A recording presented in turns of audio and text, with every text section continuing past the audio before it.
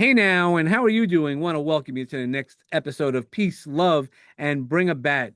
Today, man, we're going to hear some stories for sure, and I can't wait to really introduce you to this guy. So let me just start off by saying, let's hear all these stories. He builds businesses. What he does so many different things. Not only has he experienced personal tragedies, but how he's risen from it. And it's all about the rise story, which we love talking about right here. So, how are you doing today, Roy? I'm doing very well, man. Thank you for having me on the podcast. Well, thank you so much for agreeing to it. Well, why don't you tell everybody a little bit about yourself? I know nobody could do anything better than ourselves. I got to the UK in 1996 from South Africa. I was born in Zimbabwe. I moved to South Africa, and then I came to the UK. And for my second job, my brother had been doing IT, and he said to me, "Roy, you should try this IT stuff." At this stage, I couldn't turn a computer on. So I thought, okay, let's go for it. Let's try it. So he sent me his CV. His name's Ian. My name's Roy. I Tipex, remember whiteout? I whiteouted out his name, yeah, and printed it 10 times and yeah, sent it out to 10 agencies. And the first job interview I got was a company called Computers in the City. And I thought, well, let's just go for it. And the owner there, Peter McHugh, said to me, well, if you can go out and fix these three computer problems at our clients, then you can have the job. So I went out, and yeah, the first job was George at Merlin Biosciences, and I walked in there, had no idea what I was doing, and I kind of went through and I said, George, do you have a restroom I could use? And he's like, yeah, yeah, sure. Straight to the toilet, and I had one of those little banana phones. Remember those? Right? I do remember those, yeah. Yeah. I called my brother and said, Ian, what the hell do I do now? Right? And he said, okay, go back in and do this. So I went back in and did that. And in 2017, I bought that company. Wow. So yeah, there's a little bit of an insight into yeah, if you keep Well, on believing in yourself, right? right. Well, I think that's that, think and grow rich mentality, right? Go learn about it. Sometimes you have to immerse yourself in something to really learn it. So obviously your brother helped you that first day, but where else Well, he did helped me. He helped me in the toilet for about 2.5 months. The customers thought that I had a huge stomach problem, and but at the same time, yeah, you have to believe in yourself and you have to keep on learning. And that's I love entrepreneurs. Entrepreneurs are just the best people to me in the world. We see a problem out there in the world and we think we can help with that problem. And then we do one thing that other people don't. Everyone has an idea of the business they want, right? Every person I Yep. speak to, I've got this great idea for a business. You should try it, right? But the business owners know that you have to take a step out of your comfort zone, right? Right. And, and you have No, to go into your own darkness, and you have to go and fight the fight, and you have to believe, and you have to have vision, and you have to push forward. And with all of that, yeah, you come to a point where you're like, okay, now, yeah, I have the confidence in myself to go and do, and that's what I've done. I've done. yeah, doing definitely adds so much more confidence, but a lot of that times, I know I've been when I worked in corporate America, they, on an interview, they're like, "Could you do this?" Yeah, sure. I was always, "Yeah, sure, we could do it." I don't know how. I mean, Yeah. but you figure it out, right? You build the engine while you're flying. And a lot of that is growth. I mean, even my friend was like, "Look, I need somebody to help me run a company. Can you do it?" He goes, "I have the company 13 years, but it's disorganized, and I put in, and I didn't know I could do it until I did it, and no, now I learned a lot of things about myself. So, what are the things that you learned at that beginning, especially that you eventually built that company? So, there's a story there that just goes deeper and deeper. Well, I worked for Peter for 5 years. So in 2002, I was like, okay, I'm done. He was, yeah, I think as entrepreneurs you end up being unemployable, right?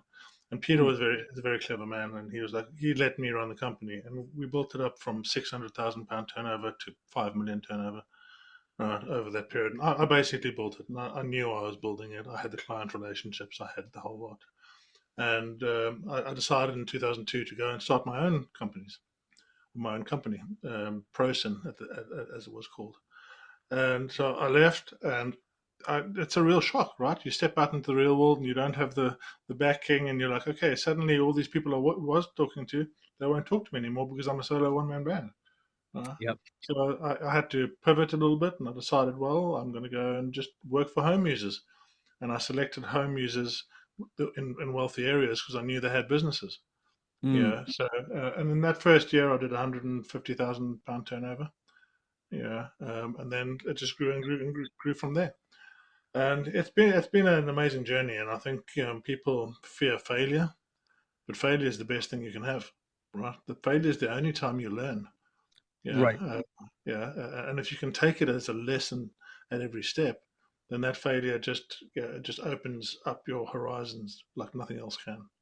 No, 100%, because we don't learn as much in our wins because we don't look at it, right? We're just celebrating, we're doing those things, but in those moments of failure isn't fatal, right?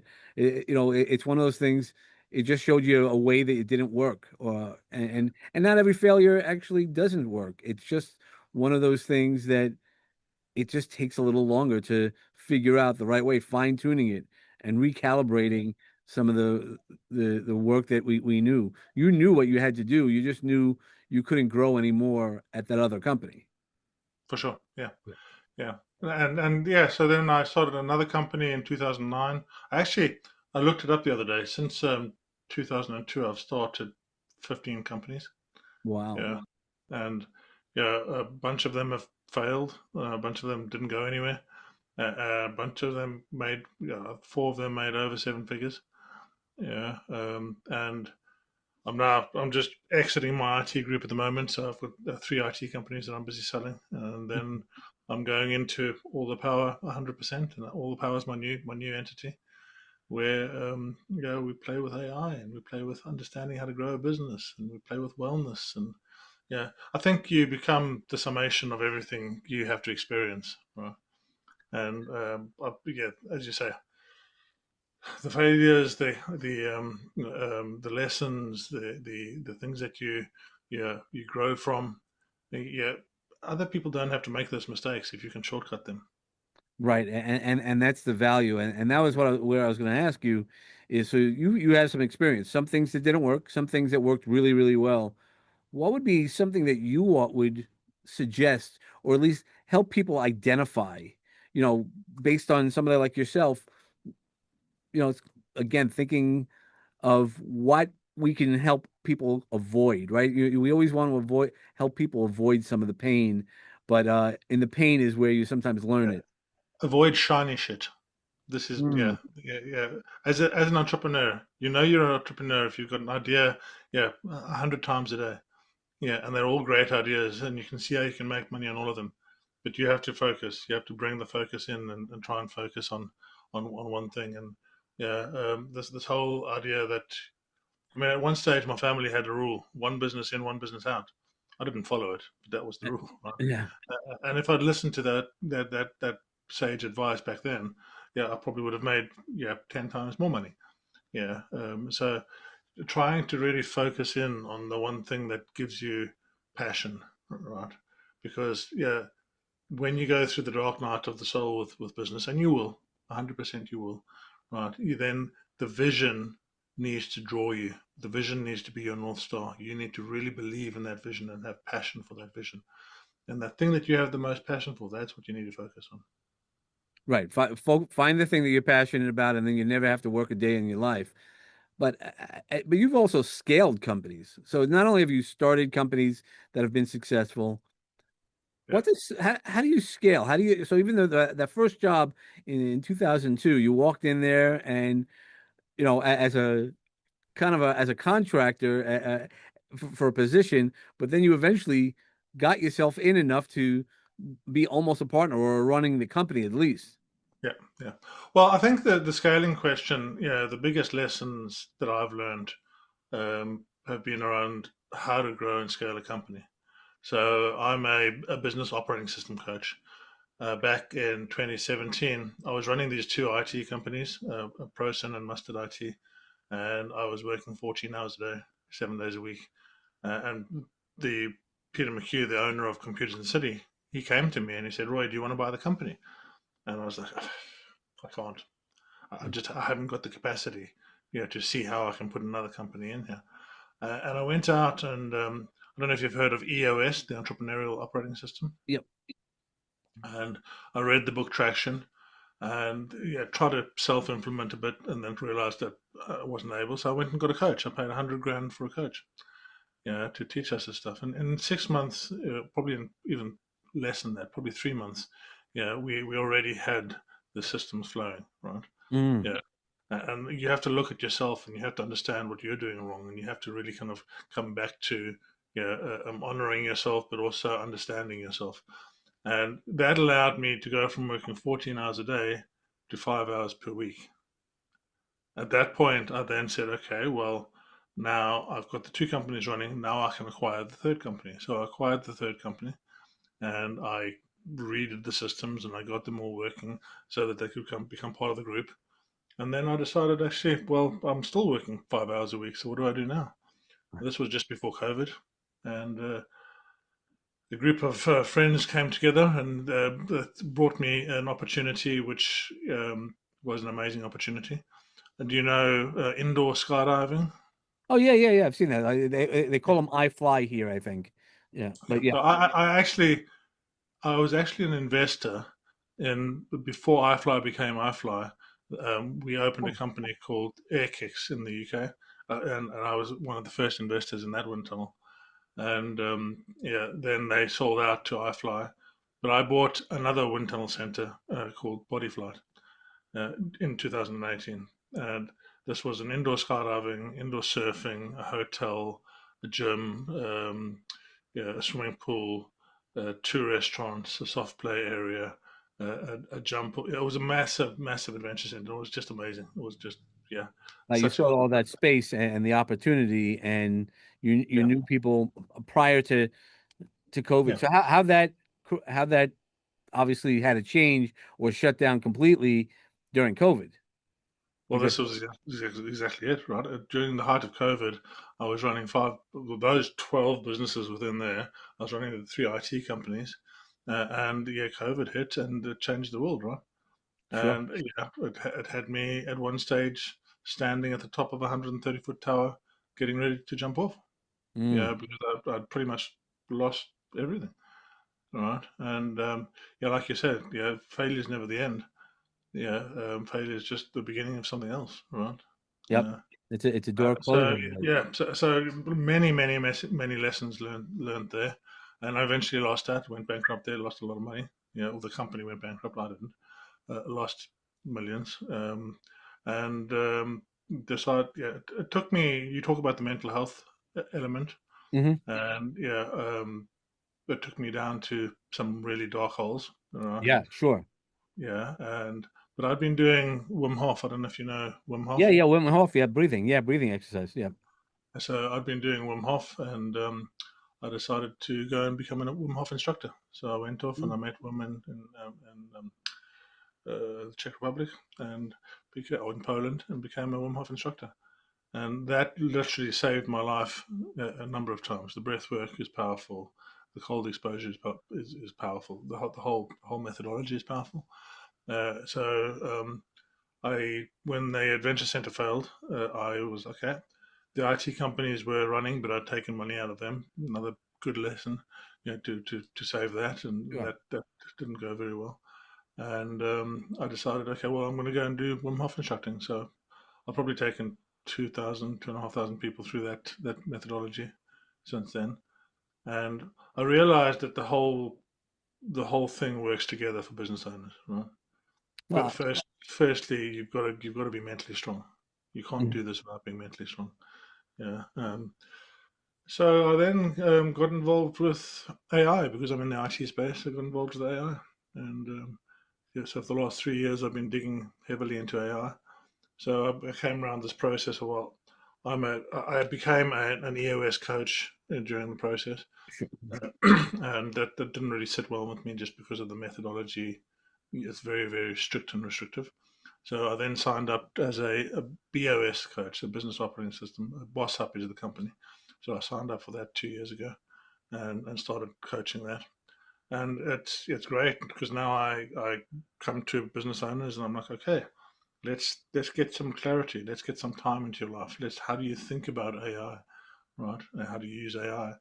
Then after we've done that, I'm not going to carry on working with you unless you look after your health. So what does that look like for you, right? Because we're going to 100%. go and do some heavy work, and yeah, you need to be the strongest version of you. Now we can start growing and scaling your business. Now we can talk about vision and goals and yeah, core competencies and all these things. And that's kind of what I'm doing now. It just feeds me so much energy.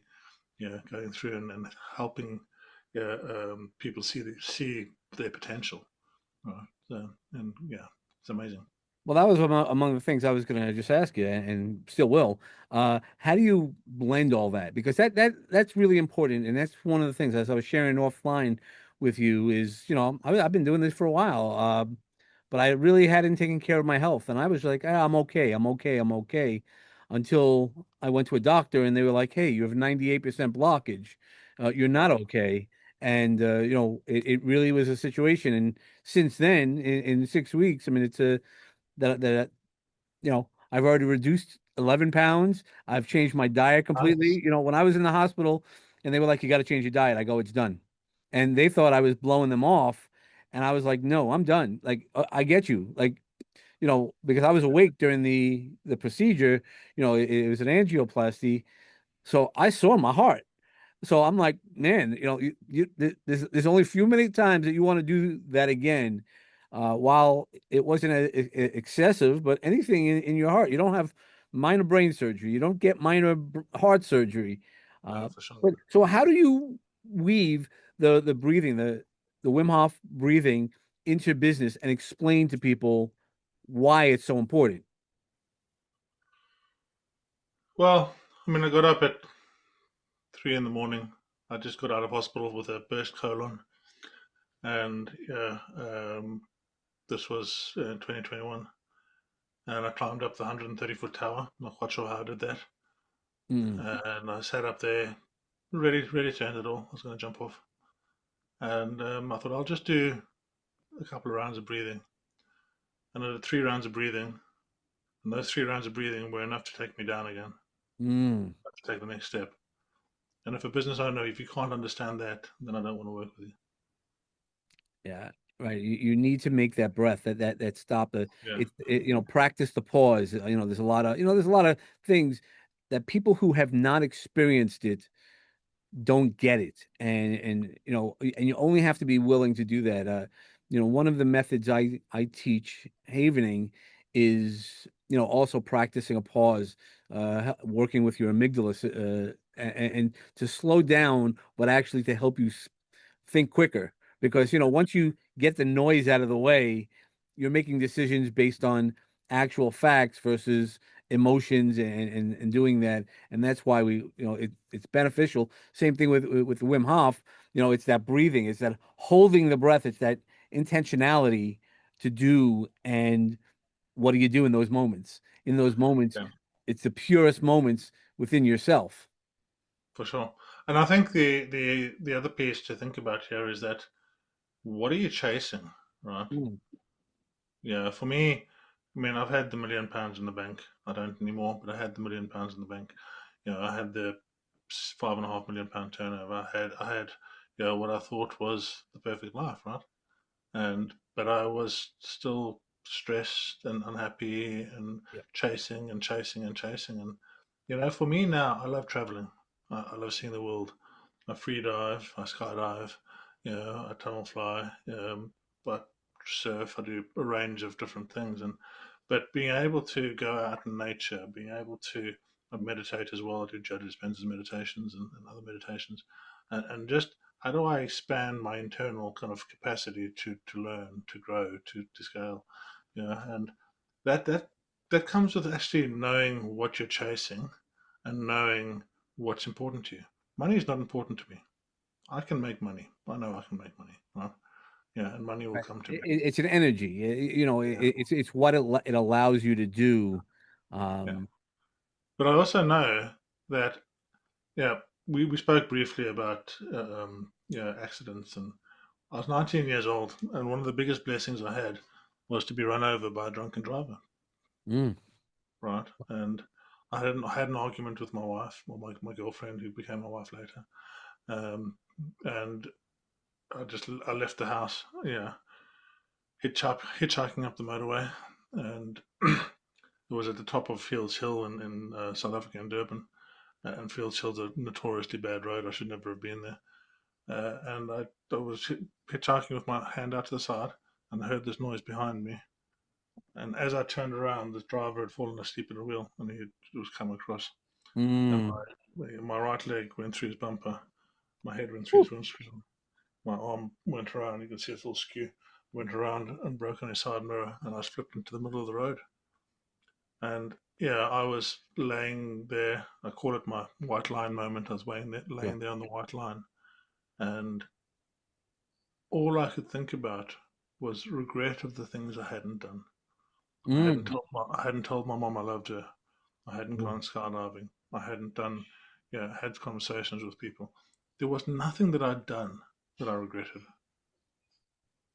It was Wow, just the stuff I that hadn't done. that's powerful. Yeah, I'm a suicide survivor, so there's things that I regretted doing because I didn't know and things like that. But I was comfortable in all the things that I had done. I still have done so many more things since that part, and I won't go back to that place. But it really there's a power when you can be like, man, I did some really crazy things, enjoyable things, not crazy, not just doing things, calculated risks, risk well. But when you could do that, yes. I mean, at 19 years old, yeah, there but I'm sitting. 19 is not, yeah, 19, Yeah, you shouldn't have done yeah, half the things that yeah, you didn't. But yeah, so what happens? and What was going through your mind then at 19? You're laying on the white line and you're hoping to get through this.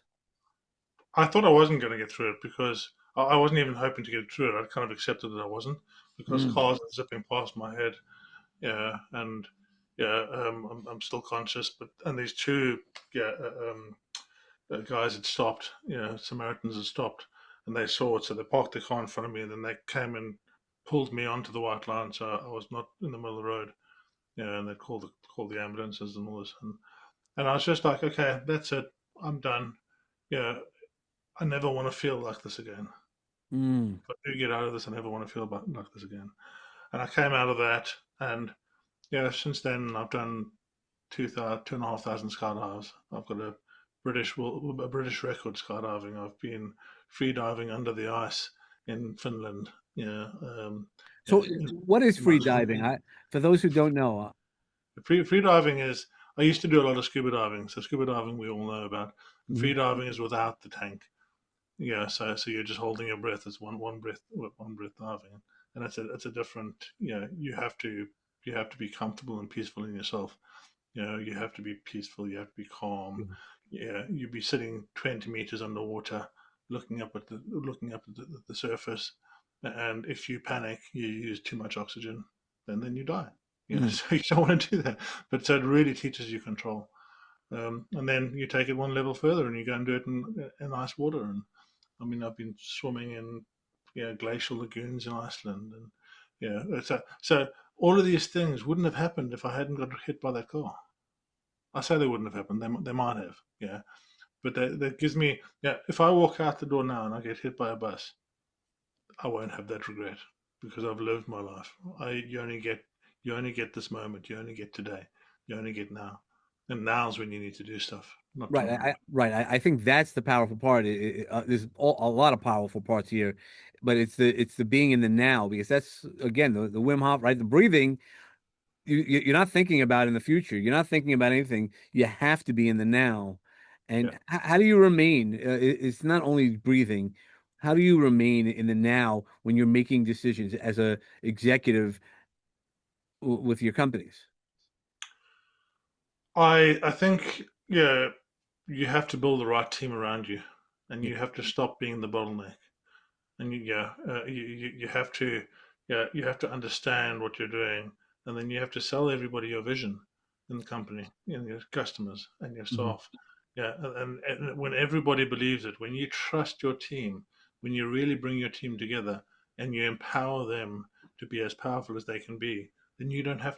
Yeah, I spent the last five. As I said, I'm just selling my IT group at the moment, and since 2018, I spent 5 hours per week in that IT group. There's three IT companies, yeah, making multiple seven figures. Right. Yeah.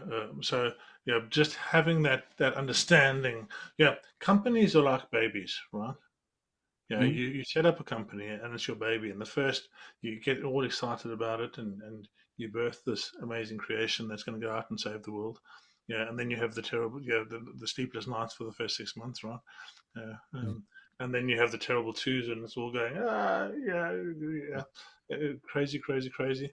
It doesn't listen, and yeah, and then slowly but surely you get into teenage years, and yeah, yeah. If the company hasn't got its own identity, it hasn't got its own power, if it isn't serving its own vision, then all that sits on you. Yep.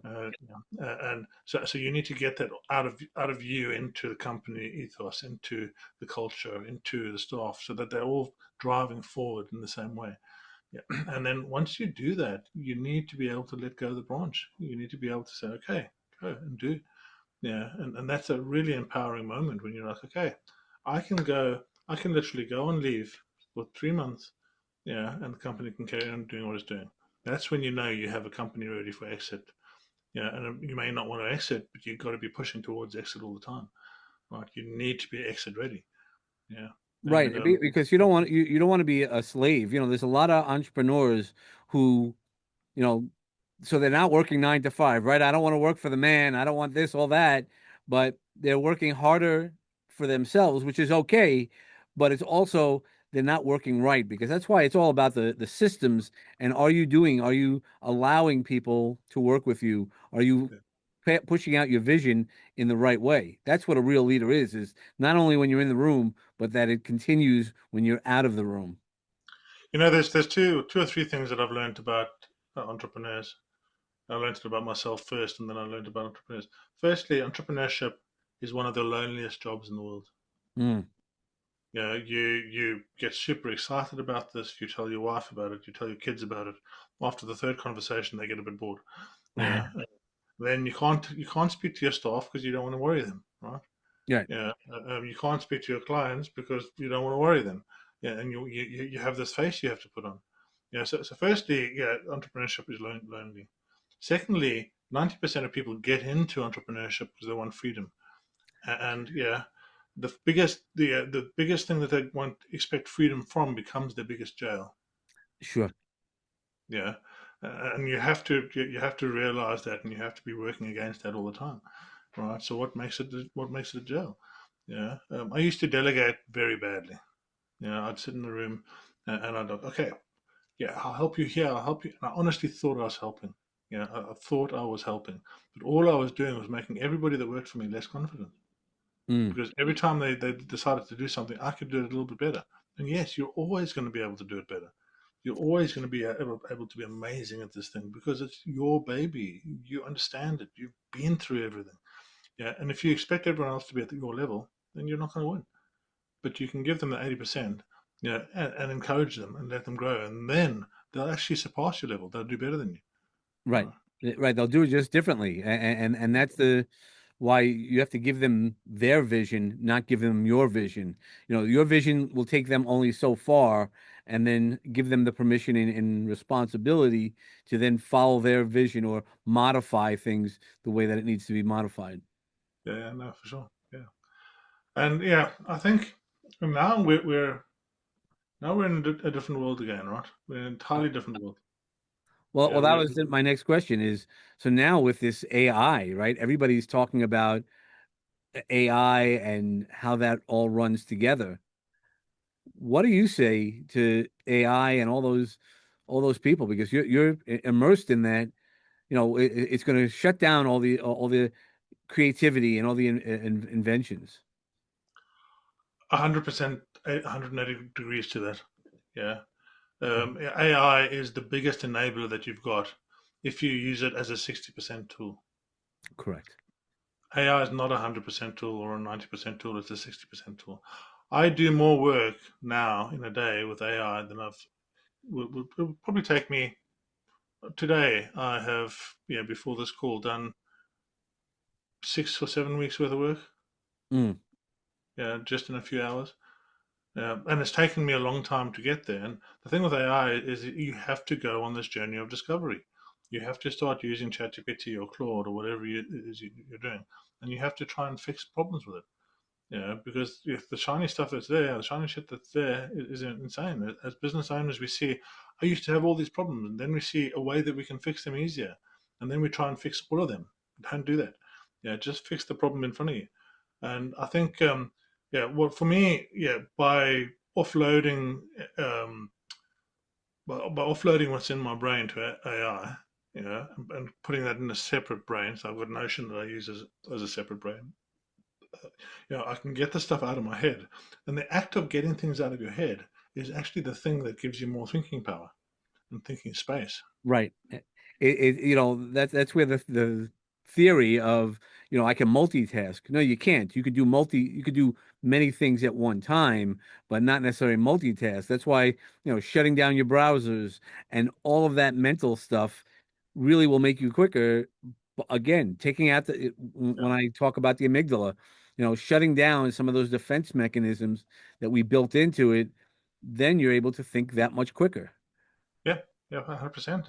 And just getting clarity and focusing in on, what the problem is, right? And then fixing that problem and getting that problem all the way fixed. I think, especially, there's visionaries and there's integrators within the space of a business.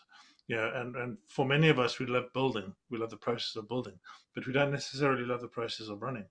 And the thing is, beforehand, we'd have to go out and we'd have to build, and then we'd have to hire, and then we'd have to do. Now we don't have to hire. Now we can have AI do, right? But until we know exactly what we're doing, until we have exactly the SOPs, the processes, the standard operating procedures down pat, we end up in the situation where we're doing from our brain, Right. and we need to take it out of our brain, put it somewhere else, and then do it from a system. Yeah, no, and it's all about, because I used to say that even before AI, follow the system, trust the system, Yeah, fine tune where you need to do it, and that works, and that's where it's what's led to so much of my success. I remember, working in corporate America, and people are like, "Man, you're a mess." I'm like, "No, no, watch. This is here, this is there," and then they see your process. I go, the fine tuning I do when we have to, but if you give me time to fine tune, I'll fine tune all day long. But if you're asking yeah, me to make the quick decisions, this is how I do this, this is how I do that, and that's how I do the other thing. It's just compartmentalizing it, and then making sure that I have the right supports. yeah. And what I'm doing now, I've been using the various coding systems, but I build out agent operating systems for my clients. So somebody Mhm. comes to me, and I'm coaching them. So we're working through. I give them a Notion brain, and the Notion business brain captures all of their information and gets it out of the head into the brain, and they can talk to the Notion brain through their Claude or through their ChatGPT, right? Right. So it doesn't become I have to write it down. I have to make a note on it. Yeah, yeah. And then when they come up to the next level, I build them an agent operating system. And that agent operating system done correctly can build them a website. Can post all of their social media database. Information. Can do all the functions that are within the business. But you have to build up to it slowly. You have to understand how does my voice get into that. I mean, I wrote my book, Thinking Outside Your Brain with AI, right? And here's a plug, Yep. buy Yep. my Of book. course. Yeah. And I wrote my book, and I would never have been able to write a book. I have so many stories inside me, but I wouldn't have been able to, until Talk to Text came along. But then even with Talk to Text, I'm like, okay, but now how do I keep my voice? So I literally went through this process of, okay, I'm going to talk in my stories. I want you, as I think it was Claude I was using at the time, I want you as Claude to interview me if I miss an emotional point, if I'm saying something that's not clear, or So I tell the story in, and I have the Claude draw the stuff out of me, and then I'm like, okay, now I want you to take that story and I want you to put it into my story bank, right? And when you put it in the story bank, I want you to filter for this, and put this all in the database. So now I have a story bank with I don't know 150 stories in it, right?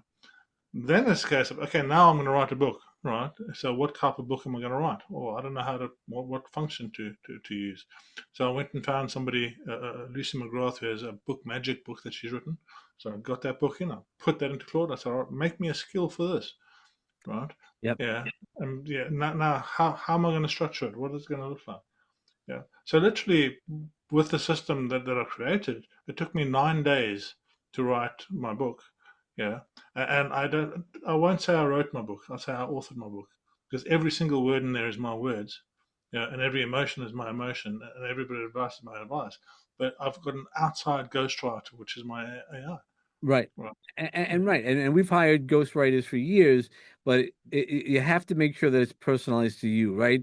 You Yeah. can chat GPT anything, and that's where I heard you say the 60%, right? So you can't make copy. People don't, because they don't understand their brand. They, like when I put out stuff, I make sure that I stay brand, aligned and use brand language, so it's always aligned. But people don't understand that because then they get after this shiny object, right? Oh, I got to do Yeah. this, I got to do that, and you get. But that's why I go.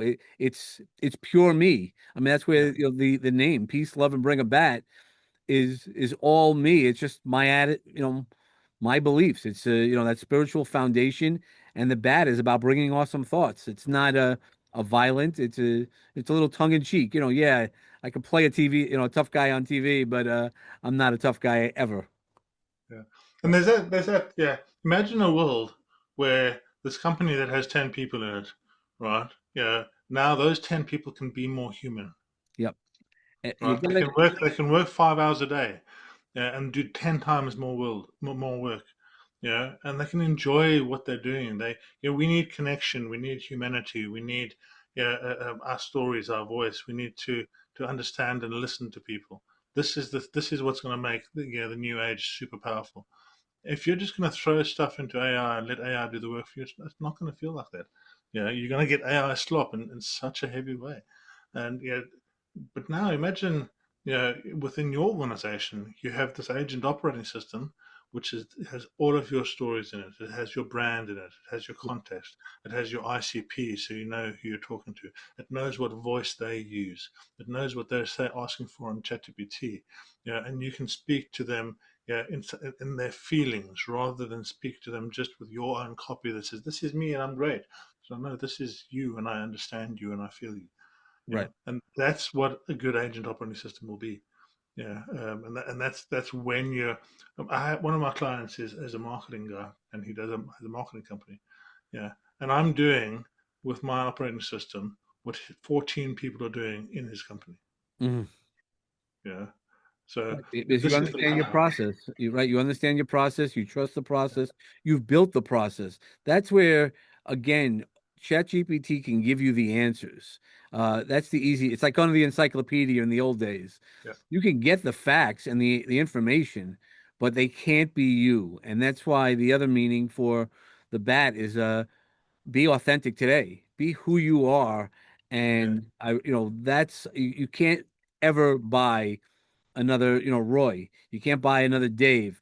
It really, you could have somebody do what I do, but you can't have me because of my experiences and everything else. That's what sets us But apart. what you can do, Dave, is you can distill your experiences out of your mind into a Oh, brain. sure. Yeah. Yeah, and that's the power of this. Is like, okay, yeah, I set my system is called the Thrive system, the Thrive business system, right? Yeah, time, health, yeah, relationships, investment, vision, and execution, right? Yeah, and I won't go and I don't have to be the one that's selling my system, right, or delivering my system, because each of the things has been pulled out of my brain and it's put into something that's usable and understandable and clear for people, Right. right? Yeah, and I can bring in other coaches to do this, right? But if I was stuck being the only one that could do it and the only one people would talk to, then I'm building myself another prison. Well, and you're only selling something that can only get you as far as what you know versus adapting to all the growth that's going to be coming out there, other people's inputs. That's how we grow as humans. When we think about, you didn't grow just by you grew because of all your experiences, all the Yeah, skydiving, right? Each one is a different experience, not just, okay, I did it. It's yeah, not a yeah, check mark, it's a living, breathing experiment. yeah, yeah, 100%. And yeah, that's what we do. We go out and we experience, and if we don't do that, then we die. Yep. Yeah, so Okay. All right. I know I've taken up a lot of your time and I appreciate all this. I always have this session, walking into my magic garden. And what I'd love you to do is you've given us a lot of advice. Is there one more piece of advice that you would have, either leadership or for entrepreneurs, that you'd love to offer up? never undervalue what you have, Mm, right? Never undervalue what you have. So many people I speak to charge 200 or 500 pounds an hour, dollars an hour, whatever it is. Yeah, and then they feel bad about it. They feel guilty about it. Yeah, and yeah, the reality is, as you were saying, all the experience you bring to it, all the shortcuts you're bringing to somebody, yeah, yeah, it solves as something that's valuable for them. sure. Pick up their value, don't pick up your value, right? Or your 100%. perceived value, because you're way more valuable than you think. 100%. That's the biggest. That is awesome because there's so many people who, when I sit with them, they're like, "Well, I really don't have a good story," or they want to be a speaker. I don't have any stories. And you start talking to them, and then they're like, "Oh yeah, when I hiked, Kilimanjaro," and I'm like, "What? You have no story for like they Yeah, they do something incredible, and it really comes out." Well, yeah. thank you so much. Now, how can everybody find you, Roy? Allthepower.co.uk is my website, so have a look at that. And on LinkedIn, I'm Roy Castleman, so feel free to connect on there. So Okay, well, thank you so much for your time. I really appreciate it, and uh, and everybody else, as always, peace and love in your life as the foundation, and then when you're bringing a bat, hit your sweet spot. As Roy mentioned earlier, do the things that you love to do, and make sure it happens. thanks for having me.